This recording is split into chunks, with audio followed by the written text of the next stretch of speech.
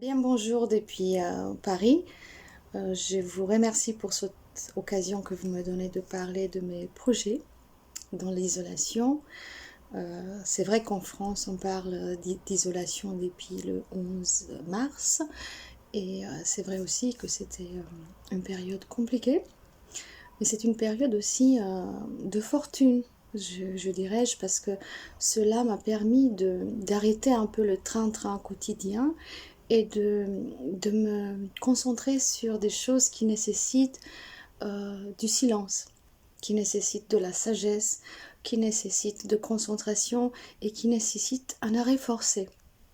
Un arrêt forcé qui, j'ose dire, dans des temps normaux n'aurait pas été possible. Quand est-ce qu'un écrivain, un traducteur, n'importe quel artiste d'un métier créatif aurait pu espérer d'avoir autant de temps à sa disposition, rien que pour créer, pour réfléchir, pour enrichir son bagage de connaissances et aller plus loin. Jamais. Au fait, vraiment, jamais.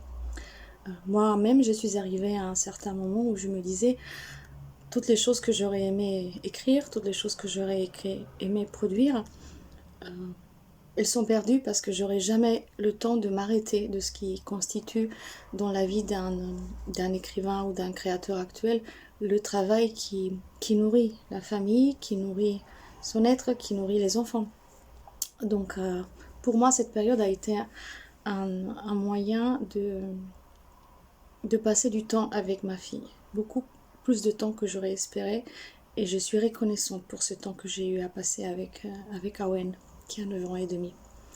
Avec Awen, on a redécouvert les mythes grecs, la mythologie grecque, gréco-romaine même.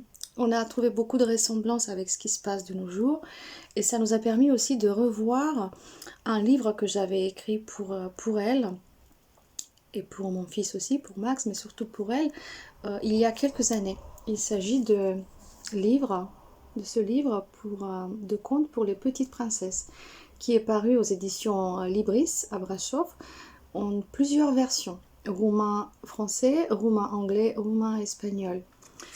Eh bien, mon projet maintenant, c'est de continuer à écrire des contes pour les enfants, de contes que je vais illustrer avec les dessins de ma fille et qui partiront justement des mythes grecs et de leur actualité. Où est-ce qu'on est aujourd'hui avec le cheval de Troie? Est-ce que cette triste mesure qui m'a affectée beaucoup personnellement et puis professionnellement aussi, et que je trouve injuste, c'est la fermeture des frontières européennes, Schengen. Je trouve que du point de vue mythologique, donc si on devrait comparer avec ce qui s'est passé jadis, ça ressemble à un cheval de Troie qu'on a introduit nous-mêmes et Européens dans notre maison et qui va nous détruire si on ne fait pas en sorte d'écouter les dernières Briséis ou Cassandre qui nous disent nous, ne le laissez pas dans votre maison, ce cheval de Troie. Sortez-le au plus vite avant de vous endormir parce que ça peut mener à votre perte. Donc je me propose d'écrire un livre de contes pour les enfants dans lequel j'essaye de réactualiser les mythes grecs, les faire comprendre, les mettre à leur sauce, avec tous les symboles et toutes les choses positives qu'on devrait apprendre de ce qui s'est passé. Pour moi, la crise de la coronavirus, parce que bien sûr c'est féminin, dit l'Académie française, c'était un moyen excellent de passer du temps avec ma fille, de commencer à avoir de nouveaux projets d'écriture et de me voir pas seulement comme la personne qui travaille en ce moment pour l'Institut culturel roumain de Paris, mais aussi comme la personne que j'étais jadis, c'est-à-dire Julia Badaguerite, écrivain.